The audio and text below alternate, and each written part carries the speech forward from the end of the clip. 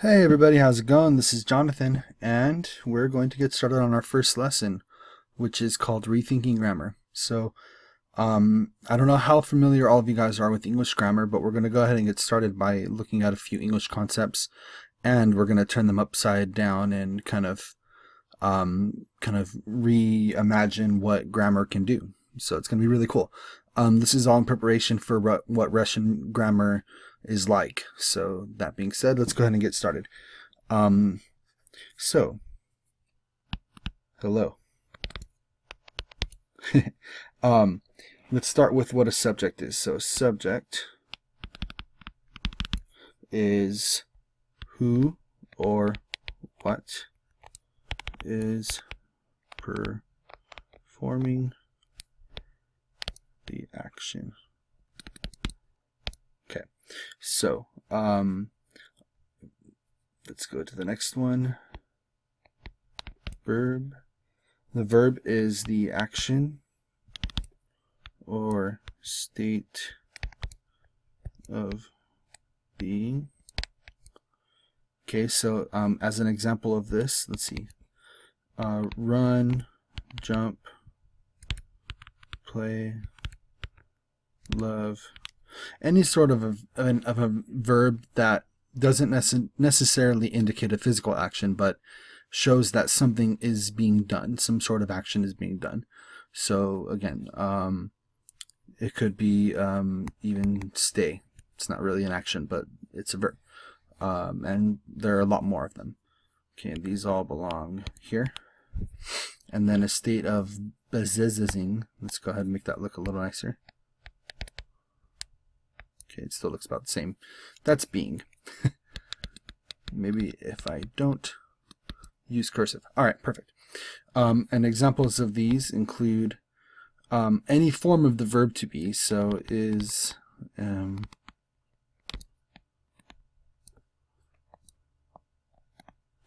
okay, and then also we have future.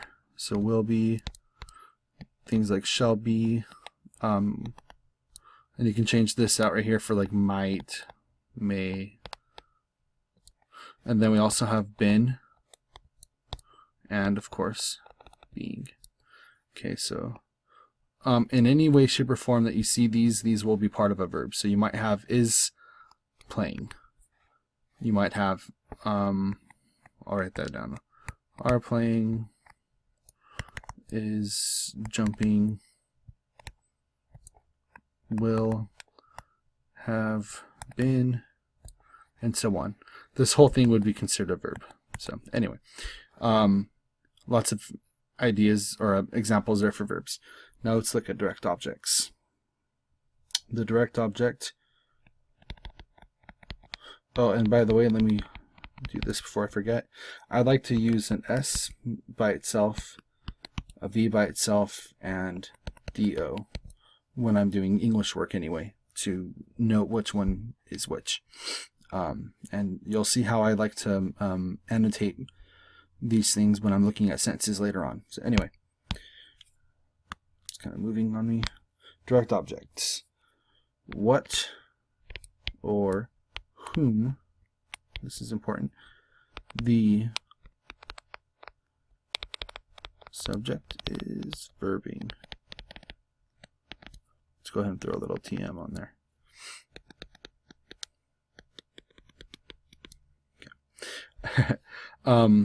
In other words, you can say, I'll use in other words, or i.e. the recipient of the action. Okay, so if we use one of these examples up here, Jonathan is playing football and falling a lot. Okay, if we were to use this example, Jonathan is, well, let's first look for the verb. And we've said before, any form of the verb to be and anything that might be attached to it. So is playing. I like to double underline verbs. Who or what is playing? Jonathan, so that's the subject. And what or whom, the subject is verbing, so what or whom Jonathan is playing? The answer is football. Technically, we can call this part of the verb as well. That's kind of just, we're going too far there. So the direct object is football there. Okay. Let's go with something a little easier.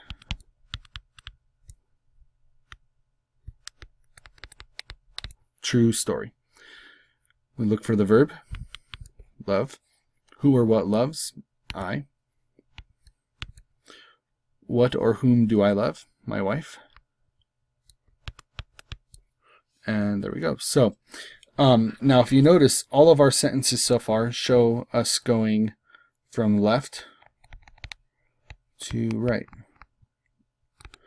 Right, that's English. We read from left to right. And one of the things that we do with English as well is we look at grammar rules from left to right. So our subjects are almost always going to be in the beginning of a sentence in English. However, that changes in Russian and other languages. So I'll even give you an example of something that might work for us.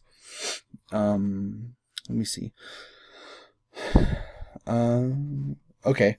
I don't know if you guys have seen Pirates of the Caribbean, but this randomly popped into my head.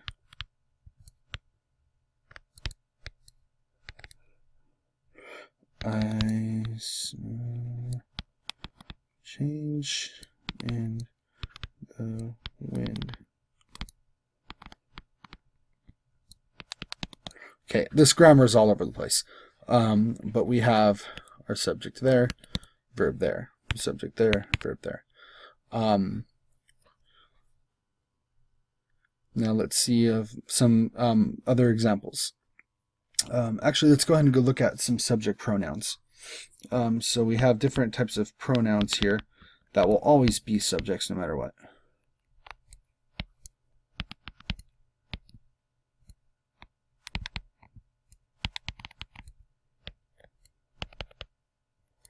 Okay, and similarly, we have pronouns that will always be objects in English.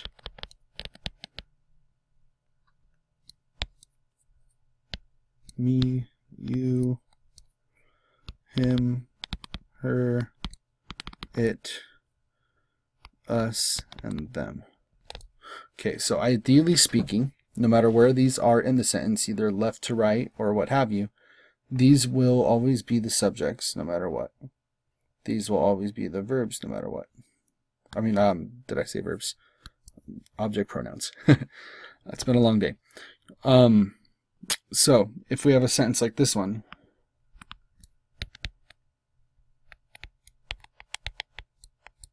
normally we might say this is wrong. It looks a little weird.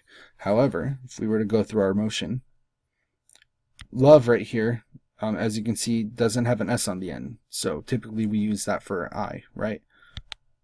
So our subject is I. We have love. And whom or what do I love? God. Okay. And people do this in English sometimes, claiming it as poetic license.